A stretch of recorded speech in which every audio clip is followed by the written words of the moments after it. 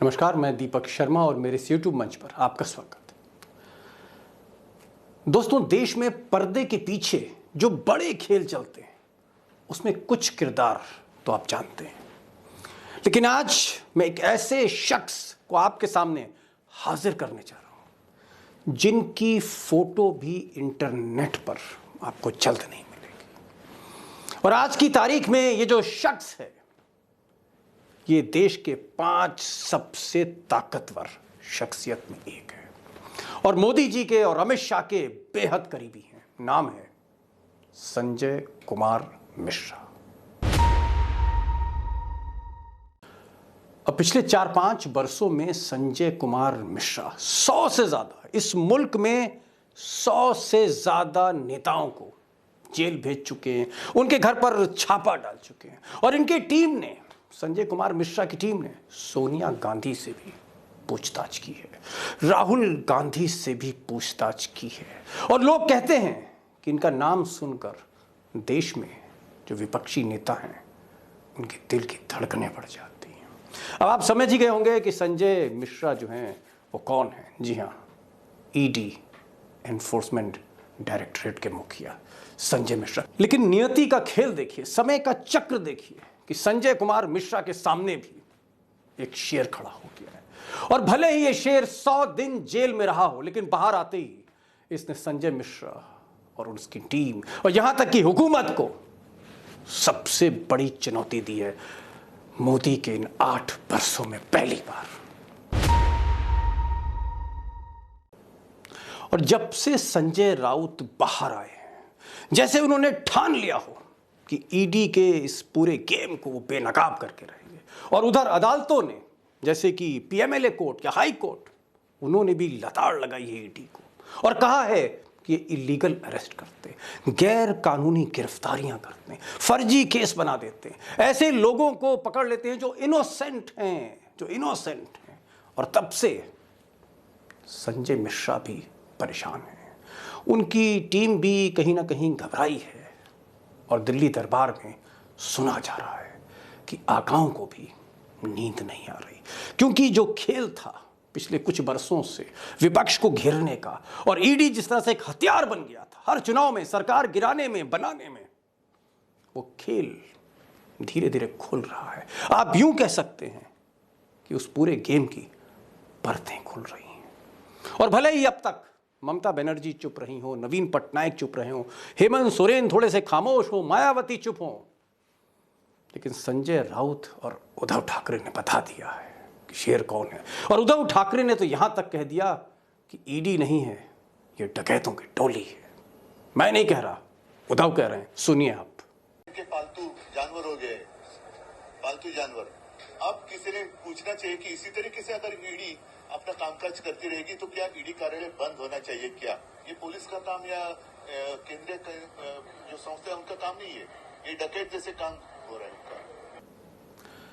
अब संजय राउत के बारे में बाद में बात करते हैं, पहले ये जान लेते हैं कि आखिर नेता इतने घबराते क्यों हैं, इतनी घबराहट क्यों होती है ईडी का नाम सुन के। या यूं कहें, मोदी ने पिछले कुछ बरसों में इस सरकारी एजेंसी का कितना दुरुपयोग किया है, मिसयूज किया है। और मैं चाहूंगा कि आप एक चार्ट देखें, और अगर हम किसी मिसयूज की बात कर रहे हैं या दुरुपयोग की बात कर रहे हैं तो जाहिर तौर पर दोस्तों तुलना तो करनी पड़ेगी, कंपैरिजन तो करना ही पड़ेगा, तभी आपको पता लगेगा कि मिसयूज कितना हुआ है। तो मैंने एक चार्ट बनाया है इंडियन एक्सप्रेस की खबर की मदद से, और मैं चाहूंगा कि आप देखें कि मनमोहन सिंह के टाइम पे कितना दुरुपयोग हुआ और मोदी जी के टाइम पे कितना दुरुपयोग हुआ। आप ये चार्ट देखिए, तस्वीर खुलेगी, परतें भी खुलेंगी।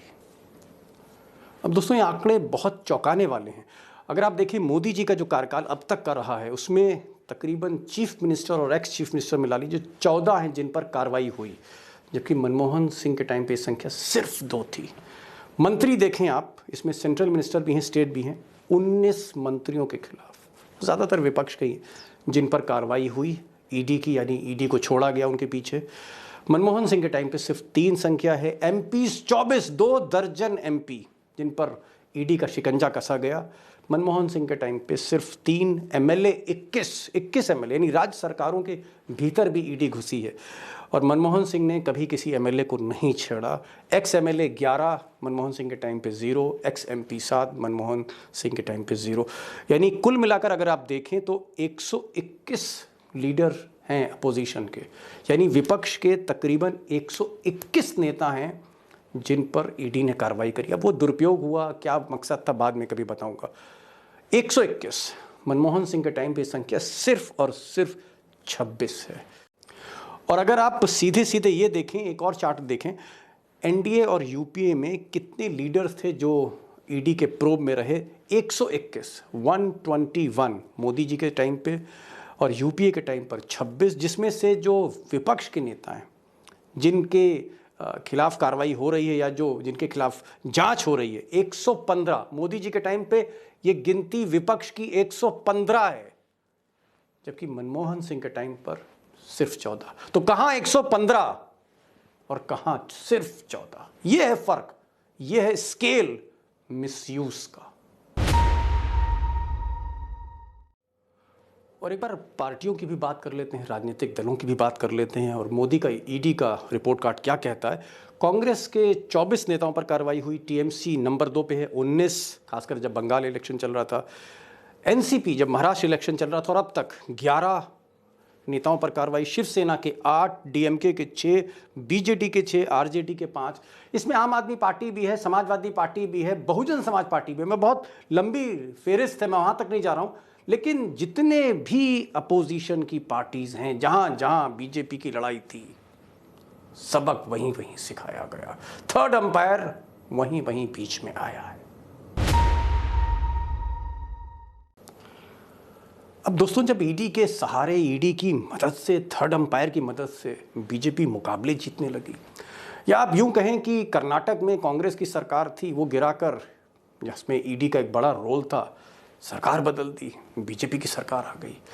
या मध्य प्रदेश में भी कहीं ना कहीं जब घेराबंदी हुई कमलनाथ की, तो वहाँ भी सरकार बदली। महाराष्ट्र में भी आपने देखा, और भी कई जगह आपने देखा।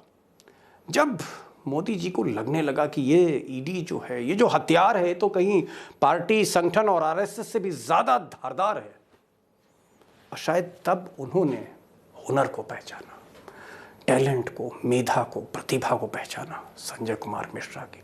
लेकिन संजय कुमार मिश्रा जो काफ़ी पहले से ईडी में थे, 2018 में डायरेक्टर बने और 2020 में उनका रिटायरमेंट करीब आ गया, और तब शायद इस सरकार को लगा कि नहीं, ये तो बहुत ही उपयोगी है, ये जो टैलेंट है, ये जो हुनर है, इसकी तो ज़रूरत है बीजेपी को। और उसके बाद 2 साल का एक्सटेंशन दिया गया, कई नियम भी बदले गए। मिश्रा जी को 2 साल का एक्सटेंशन दिया 2022 का, और लोग कह रहे हैं कि अभी और आगे मिश्रा जी सेवा करते रहेंगे मोदी जी की। अब कहाँ तो मनमोहन सिंह का समय, अर्थशास्त्री का समय, कि जब कोई बड़ा घोटाला घपला होता था या कोई मनी लॉन्ड्रिंग का वाकई केस होता था, तब ईडी को सीन में लाया जाता था, तब ईडी हरकत में आ रही थी। लेकिन इधर तो आप देख रहे हैं कि मैक्सिमम फोकस ही अपोजिशन पर ईडी का।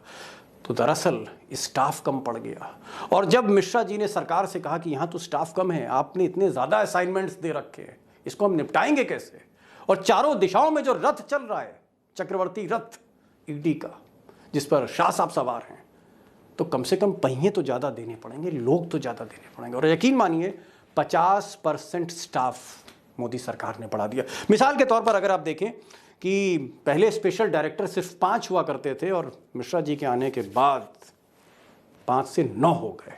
इसी तरह से जॉइंट डायरेक्टर जो बहुत ही इंपॉर्टेंट होते हैं, जितने भी इन्वेस्टिगेशन होते हैं उसको सुपरवाइज जॉइंट डायरेक्टर करते हैं, पहले 18 थे, मोदी जी ने 36 कर दिए।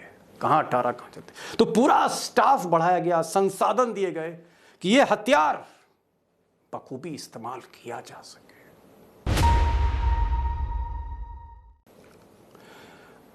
अब ईडी पूछताछ और घेराबंदी तो ममता बनर्जी के रिश्तेदारों की भी कर रही थी, हेमंत सोरेन की भी घेराबंदी हो रही थी, सोनिया गांधी को भी बुलाया जा रहा था एक पुराने मामले में जिसका कोई मतलब नहीं है, नेशनल हेराल्ड का। फिर राहुल गांधी को भी बुला लिया गया, फिर शरद पवार के कई नेताओं को जेल भेज दिया गया। लेकिन एक गलत नंबर डायल हो गया, मिश्रा जी ने गलत नंबर घुमा दिया एक ऐसे आदमी का जो नेता भी था, पत्रकार भी था, संपादक भी था, इन्वेस्टिगेटिव जर्नलिस्ट भी था, और कहीं ना कहीं उसकी आवाज़ में एक शेर भी था, और वो शख्स था संजय राउत। वहीं पर सबसे बड़ी गलती हो गई, जल्दबाजी में संजय राउत के यहाँ छापे तो पड़े, उनको भेजा भी गया जेल, लेकिन केस जो था उसमें दम नहीं था, और अदालत की नज़र और निगाह वहीं पड़ी। अब राउत साहब का मामला भी देख लेते हैं, चंद सेकंड लूँगा, मामला समझ जाएंगे तो तस्वीर और साफ़ हो जाएगी। ये जो मामला था मुंबई में, ये था पत्रा चाल, और ये जो चाल थी इसमें दरअसल रीडेवलपमेंट लैंड का करना था। ये काम, ये ठेका मिला था गुरु आशीष कंस्ट्रक्शन और HDIL। अब HDIL एक बहुत बड़ी रियल एस्टेट कंपनी है जिसके मालिक वधावन एंड फैमिली हैं। तो रिपोर्ट इनके खिलाफ हुई, और यहाँ पर जो महाराष्ट्र सरकार का माहटा था, यानी उनका जो विभाग था, वो भी कहीं ना कहीं उसकी भी साठगांठ थी। तो एक FIR हुई साहब गुरु आशीष कंस्ट्रक्शन और HDIL के प्रमोटर्स के खिलाफ, जिसमें कोई भी आदमी अरेस्ट नहीं हुआ, उनको छुआ नहीं ED ने। लेकिन संजय राउत जो बहुत ज़्यादा बोल रहे थे मोदी जी के खिलाफ, जो बोल रहे थे अमित शाह के खिलाफ, और उस वक्त सरकार तोड़ने और जोड़ने की कोशिश हो रही थी महाराष्ट्र में, उसी वक्त एक लिंक छोटा सा मिला, इनडायरेक्ट। वो इनडायरेक्ट लिंक जो था दरअसल वो एक सिविल डिस्प्यूट था, और वो संजय राउत के उसमें एक कोई परिचित थे, वो इनडायरेक्टली कहीं ना कहीं इन्वॉल्व थे। उसी बिना पर संजय राउत की घेराबंदी हुई, और कोर्ट ने कहा कि आपने प्रमुख जो आरोपी है उसको तो पकड़ा नहीं, आपने HDIL के प्रमोटर्स को पकड़ा नहीं, आपने कंस्ट्रक्शन कंपनी में के मालिक पर हाथ नहीं रखा, और संजय राउत जो कहीं सीन में नहीं है उनको आपने जेल में डाल दिया। एक ऐसा व्यक्ति जिसके हार्ट में स्टंट लगा हुआ है, जो दिल का मरीज भी है, आपने उम्र नहीं देखी, आपने केस नहीं देखा, केस मेरिट पर है कि नहीं है, और तब अदालत चढ़ गई ED पर। और यहीं पर जो खेल था इलीगल अरेस्ट का, वो सामने आ गया, और फिर शेर को मौका मिल गया दहाड़ने का। वो शेर जो पहले से दहाड़ रहा है, जिसके दहाड़ने के बाद बीजेपी ने अंधेरी ईस्ट उपचुनाव में अपना उम्मीदवार वापस ले लिया। फिर से सुनते हैं उद्धव ठाकरे को। ये पुलिस का काम या केंद्रीय जो संस्था है उनका काम नहीं है, ये डकैत जैसे काम हो रहा है इनका। अब ये बाला साहब का कोई DNA ऐसा है, या कोई आप यूं कह सकते हैं कि ठाकरे परिवार का जो DNA है वही कुछ इस तरह का है कि पहले बैकफुट पे वो शिंदे को लाए, फिर फडणवीस को लाए, फिर चुनौती मोदी जी को दे दी, फिर उपचुनाव में निर्विरोध जीत गए, और अब ED की घेराबंदी उल्टी शुरू करती है। तो ये जो घेराबंदी हो रही है ED की, मुझे लगता है कि जिस तरह से 4-5 साल में इस थर्ड अंपायर ने बीजेपी को कई जीत दिलाने में मदद की, अब वही जीत कहीं ना कहीं उस पर सवाल लग रहे हैं। और मुझे लगता है दोस्तों कि इसका जो डेवलपमेंट होगा, वाकई मैं उस पर आपको अपडेट करता रहूँगा, क्योंकि सीधे सीधे ED आज की तारीख में जो देश की राजनीति है उसे कहीं ना कहीं प्रभावित कर रही है। इसलिए खबर बहुत ज़रूरी है, और गोदी मीडिया इस खबर को कभी भी हाईलाइट नहीं करेगी, कभी भी आप तक नहीं पहुँचाएगी। तो मैं एक रिक्वेस्ट ज़रूर करूँगा कि जो इतनी हिम्मत के साथ, और आप जो हिम्मत मुझे देते हैं उसके साथ जो मैं ये वीडियो तैयार कर रहा हूँ, ये लोगों तक जाना चाहिए, आम आदमी तक जाए, कॉमन मैन तक जाए, कि उनको पता लगे कि पर्दे के पीछे आखिर सियासत किस तरह से खेली जा रही है। इसलिए प्लीज़ मैं आपसे हाथ जोड़कर आग्रह करूँगा कि इस वीडियो को शेयर करिए व्हाट्सएप पे, फेसबुक पे, और चैनल को सब्सक्राइब करिए। कमेंट्स भेजिए अगर इसमें कुछ आपको गलती नज़र आ रही है, या आपके पास कोई एडिशनल इन्फॉर्मेशन है तो वो भी आप मुझसे शेयर कर सकते हैं। और आखिर में बेल आइकन जो है उसको क्लिक करिए, और नोटिफिकेशन आपको पहले मिलेगा। और एक चीज़ और कि आपके जो कमेंट हैं, मैं कोशिश करता हूं कि आपके कमेंट और आइडिया देख के मैं अपना अगला वीडियो बनाऊं, या आने वाले समय में कुछ और वीडियो आप जो आइडियाज़ दे रहे हैं उसके आधार पे बनाऊं। तो उससे आइडियाज़ देना बिल्कुल मत भूलिएगा। आज बस इतना ही, फिर मिलेंगे एक नई वीडियो के साथ, तब तक के लिए नमस्कार।